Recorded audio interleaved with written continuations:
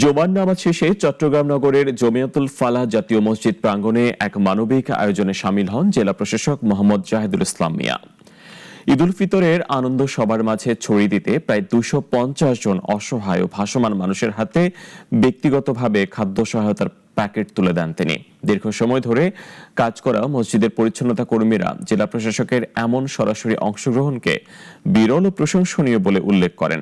খাদেম আবুল কালাম আজাদ জানান, প্রায় 30 বছর ধরে এখানে দায়িত্ব পালন করলেও এত দীর্ঘ সময়েও তিনি এমন দৃশ্য খুব কমই দেখেছেন।